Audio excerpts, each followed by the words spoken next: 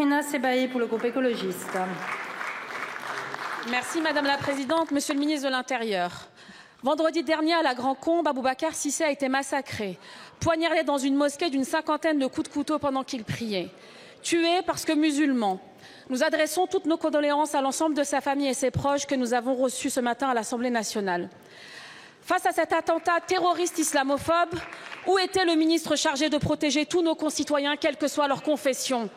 Car il aura fallu attendre 2 jours. 2 jours pour réagir, 2 jours pour vous déplacer. Non pas sur les lieux du crime, non pas auprès de la famille, mais enfermé à la sous-préfecture d'Alès, loin des regards, loin du réel. Et lorsque vous avez enfin pris la parole, vous n'avez même pas été capable de prononcer son nom. Vous avez parlé d'un individu, comme on efface, comme on balaie, comme on piétine une dignité. Aboubacar Cissé n'était pas un simple individu. C'était un jeune homme, un citoyen, c'était un enfant de la République. Depuis des années, vos discours répandent la suspicion et attisent la haine contre nos compatriotes musulmans. Vous n'avez cessé de les dénigrer quand vous avez osé dire qu'ils régressaient vers leurs origines ethniques, que vous avez présenté le voile comme un étendard islamiste, que vous avez stigmatisé leur foi comme un danger pour la France et que vous avez même proposé d'interdire aux mères voilées d'accompagner leurs enfants en sortie scolaire. Vous n'avez jamais été à une provocation près, n'hésitant pas à lancer « Vive le sport et à bas le voile » devant des milliers de personnes. Pourtant, vous êtes aussi ministre des cultes, mais vous avez trahi votre charge, vous avez failli et aujourd'hui les musulmans ont peur. Vous avez soufflé sur les braises de la haine et aujourd'hui la haine a encore tué. Votre silence, votre mépris, votre désertion ne sont pas une simple faute politique. C'est une faute morale. C'est le signe que pour vous, la vie d'un citoyen musulman vaut moins que celle d'un autre. Alors je n'ai qu'un seul message pour vous. La République mérite mieux que vous. La République exige mieux que vous. La seule issue décente, Monsieur Retailleau, c'est votre démission. Partez organiser votre congrès. Les Français ont besoin d'un ministre à plein temps pour les protéger. Allez-vous-en. Je vous remercie. La parole est à Monsieur Bruno Retailleau, ministre de l'Intérieur. Madame la Présidente, Mesdames, Messieurs les députés, Madame la députée, j'ai rendu hommage à Aboubacar Cissé et je me suis associé à la peine de la famille. J'ai d'ailleurs entendu que je n'avais pas voulu recevoir cette famille. Vous savez que c'est absolument faux. Dès dimanche, je m'en suis enquis vis-à-vis du préfet qu'il puisse rechercher si il avait effectivement des parents. Et je lui ai d'ailleurs demandé qu'il entre en contact avec ses parents, notamment pour régler avec eux la question, s'il le souhaitait, si la famille le souhaitait, du rapatriement du corps. Vous ne pouvez pas dire que je n'ai rien fait, c'est faux. Dès le vendredi après-midi, j'ai fait une déclaration.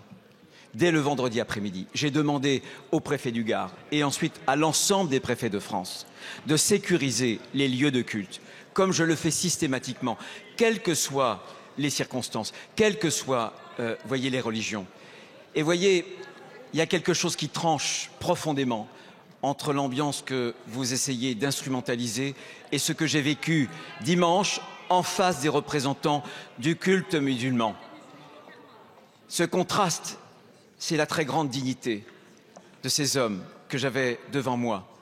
Et c'est l'indignité de l'instrumentalisation que j'entends ici par vos propos.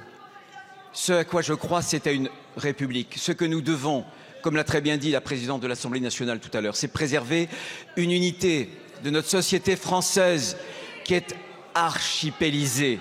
L'unité, bien sûr, dans une communauté nationale. Je ferai, parce que je suis ministre des cultes, de toutes mes forces, je souhaite qu'en France, qu'on croit ou qu'on ne croit pas, on ait une liberté de conscience. Que ceux qui confessent la profession juive, musulmane ou chrétienne puissent librement pratiquer. Je fais le nécessaire pour les pratiquer parce que je pense que, vous voyez, la France, c'est ce pays qui a réussi à articuler ce qu'il y a de plus singulier dans chaque être humain et de plus universel dans tous les êtres humains. Merci, Monsieur le ministre. La parole est à présent à Monsieur Abdelkader Lamar pour le groupe La France Insoumise.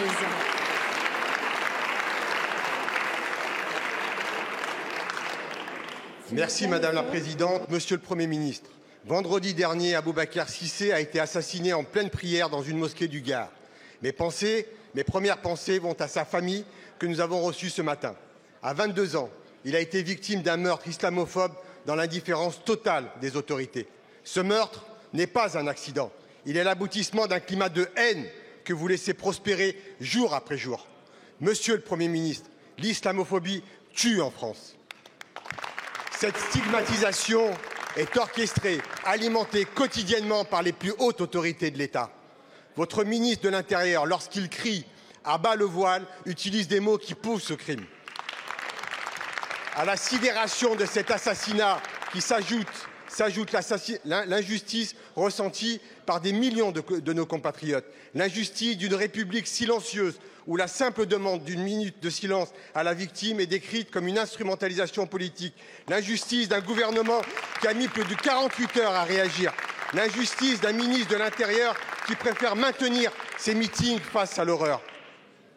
Soyons clairs, si un tel crime avait été commis dans une église ou une synagogue, votre ministre aurait été sur place dans l'heure et il aurait eu raison de le faire.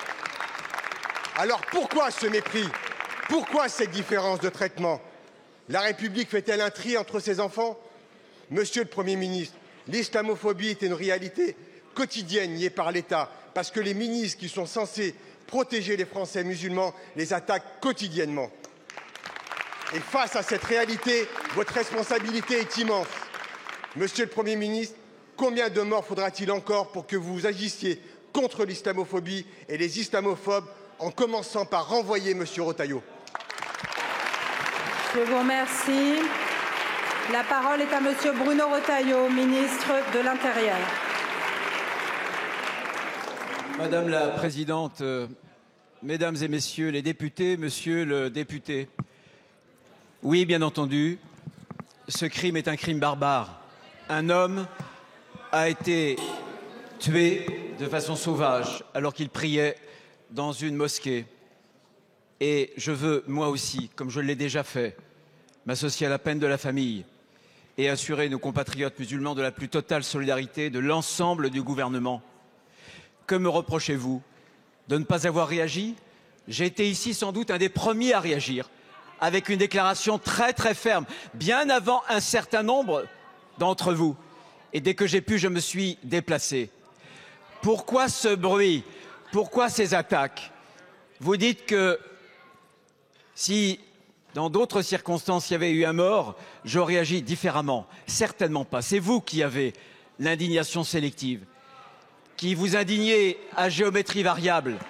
Lorsque, dans une église à Nice, il y a quelques années, il y avait eu 3 morts, y a-t-il eu un seul rassemblement des Insoumis et de LFI? Avez-vous parlé de christianophobie? Non, bien entendu.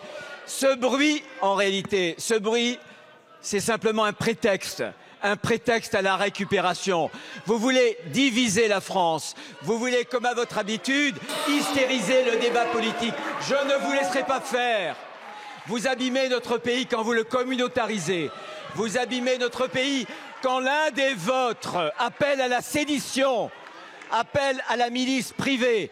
Vous abîmez aussi notre beau pays quand vous chassez un député socialiste parce que son parti serait sioniste, avec sans doute des relents antisémites.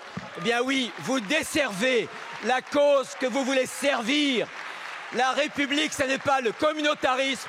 La France, c'est ce pays où on est français, pas à raison de la couleur de la peau, de la religion ou des origines. La France, c'est le pays qui est notre pays et c'est la République où il n'y a qu'une seule communauté, la communauté nationale. Merci, Monsieur le ministre. Monsieur le député.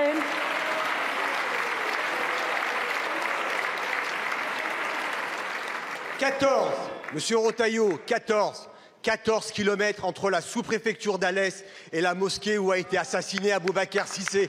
Et vous n'avez même pas daigné parcourir ces kilomètres pour aller lui rendre hommage.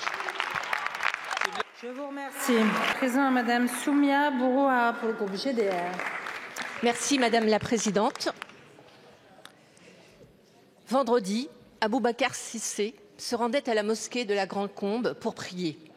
Durant sa prière, il a été assassiné d'une quarantaine de coups de couteau assénés de sang-froid par un assaillant insultant, je cite, son Allah de merde.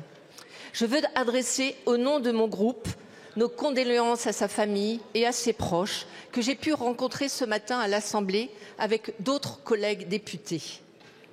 Ce crime n'est pas un fait divers. Les propos racistes se banalisent dans un climat nauséabond. Cette situation est le fruit de la responsabilité conjointe d'une partie de la classe politique de droite et d'extrême droite, relayée par des médias comme CNews, qui s'en prend aux musulmans 340 jours par an. C'est ce climat qui arme le bras des criminels qui passent à l'acte.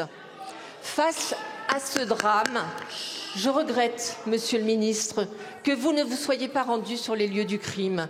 Vous ne vous êtes pas rendu non plus au chevet de la famille d'Aboubacar, des habitants de la Grande Combe, ainsi que de la communauté musulmane de la région, qui a été profondément meurtrie par ce terrible événement, qui, face à cet acte abominable, aurait été la moindre des choses.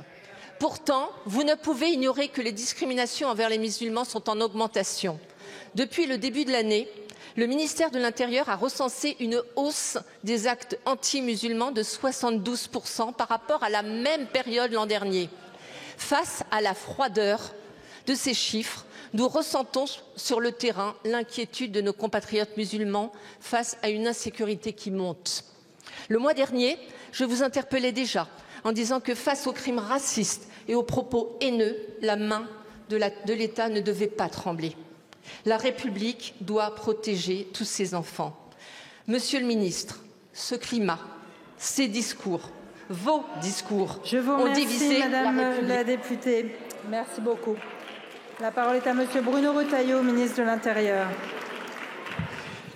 Oui, Madame la Présidente, Mesdames, Messieurs les députés, Madame la députée, je pense qu'on a tous dit, on s'est tous inclinés collectivement et à juste titre devant la mémoire de ce jeune qui était sauvagement, vous l'avez rappelé, assassiné alors qu'il priait dans une mosquée. Je voudrais simplement redire que j'ai vu dimanche, je m'y suis rendu rapidement, j'ai pris les dispositions dès vendredi, j'ai été un des premiers à faire une déclaration très tranchée, très forte, comme je le fais systématiquement, quels que soient précisément les actes antireligieux que ça peut concerner. Je le fais systématiquement. J'ai rencontré encore une fois le président du culte musulman du Gard. J'ai rencontré aussi les différents représentants des différentes mosquées qui, très franchement, présentaient une dignité qui était impeccable et qui m'ont indiqué qu'ils ne souhaitaient pas d'ailleurs que cette peine-là, la peine de la communauté musulmane, que la peine de la famille puisse être instrumentalisée. Jamais la famille n'a demandé à me voir au moment où je vous parle. L'oncle devrait être reçu ce soir à 18 h par le préfet. Je vais être très net. N'instrumentalisons pas. Arrêtons de récupérer. Tous les actes antireligieux sont condamnables. D'où qu'ils viennent. Il y en a eu 173 anti-musulmans. Vous m'entendez ? En 2024. Il y en a eu plus de 1500 antisémites. Et aussi des centaines et des centaines anti-chrétiens. Moi, je suis ministre des cultes, ministre de l'Intérieur. Je protège tous les fidèles. Je me battrai toujours pour que la liberté de conscience, pour que la liberté de culte, pour faire en sorte que la laïcité reste notre règle. Je voudrais simplement, puisque on a beaucoup débattu, saluer quand même les enquêteurs. 70, c'était des moyens considérables. Et c'est grâce aux moyens que nous avons mis et au professionnalisme des policiers, des gendarmes, sous l'autorité judiciaire, je veux le redire, qu'ils l'ont pisté d'ailleurs jusqu'en Italie, qu'on a sans doute pu pouvoir le retrouver. Croyez-moi, nous sommes très fermes et jamais nous ne laisserons rien passer. Merci beaucoup, Monsieur le Ministre. La parole est à présent Monsieur Gabriel Attal, président du groupe Ensemble pour la République. Madame la Présidente, Monsieur le Premier ministre, il y a une chose que tous les Français ont en partage, c'est la volonté de vivre sereinement, ensemble et en paix. Et de vivre dans un cadre, celui de la République qui libère, émancipe et offre sa chance à toutes et à tous. La République qui protège, aveugle aux croyances. La République qui rassemble, comme un lien indéfectible entre les Français. Vendredi dernier, un homme, Aboubacar Cissé, a été sauvagement assassiné dans la mosquée de la Grande Combe. Un homme qui n'a pas été visé dans n'importe quel lieu, il l'a été dans une mosquée, là où il pratiquait sa foi. Ce meurtre est une déchirure pour tous les Français, une déchirure pour la République. Car quand on s'en prend à un musulman, à un juif, à un chrétien, dans son lieu de culte, alors même qu'il est en train de prier son Dieu, c'est une défaite immense pour la France, pour toute la France et pour nos valeurs. Et donc, je le dis avec fermeté, honte à ceux qui oublient ce meurtre sauvage ou ne le condamnent qu'à demi-mot. Mais je le dis aussi, honte à ceux qui se servent de ce drame à des fins politiques, ceux qui font le choix du communautarisme. Et au nom de mon groupe, je veux dire tout notre soutien à notre collègue Jérôme Guedj, chassé d'une manifestation en mémoire du jeune homme tué sous les insultes et les cris au relent antisémites. C'est cela le résultat du communautarisme. Alors ensemble, luttons. L'immense majorité des Français attend cela. Ils sont si nombreux, les Français, à ne plus supporter cette idée installée selon laquelle il faudrait s'en prendre aux musulmans pour défendre les juifs ou aux juifs pour défendre les musulmans. Ne laissons pas la politique défaire ce que la République a su faire pendant si longtemps, nous unir. Monsieur le Premier ministre, comment votre gouvernement nous aidera à lutter pour la République, pour l'universalisme, contre toutes celles et ceux qui prêchent la haine et veulent nous diviser? Merci, Monsieur le Président. La parole est à Monsieur le Premier ministre.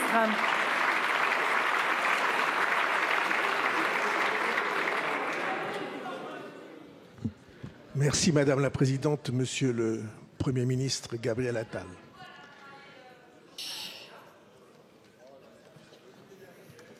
Merci de votre question et merci de la gravité que vous y avez mise. On a entendu des affrontements bord contre bord. Ça n'est pas du tout le climat dans lequel nous devons vivre, c'est même exactement le contraire. S'il vous plaît. En décembre 1957, un grand Français, Albert Camus, a reçu le prix Nobel. Et dans son discours, il a dit ceci. Chaque génération, sans doute, se croit vouée à refaire le monde. La mienne sait pourtant qu'elle ne le refera pas, mais sa tâche est peut-être plus grande encore. Elle consiste à empêcher que le monde ne se défasse. Ce à quoi nous assistons aujourd'hui, sur la planète, en géopolitique et dans nos sociétés,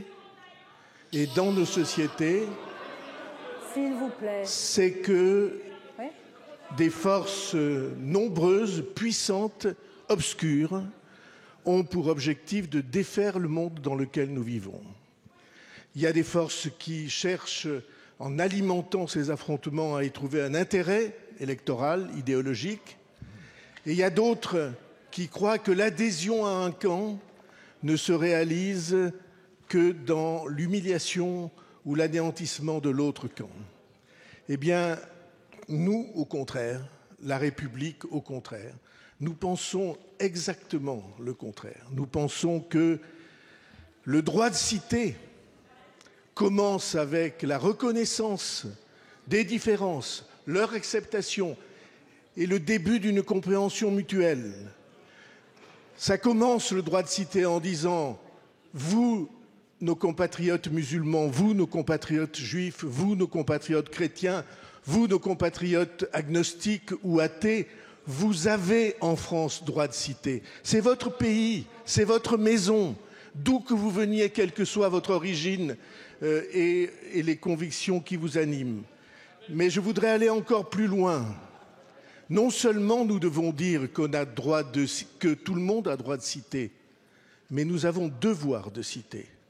Nous avons le devoir de construire quelque chose qui nous réunit, qui nous fait grandir et qui nous fait nous comprendre aussi différents que nous soyons. La laïcité qui a été invoquée tout à l'heure, c'est très simple. C'est une règle. La foi ne fait pas la loi, mais la loi protège la foi.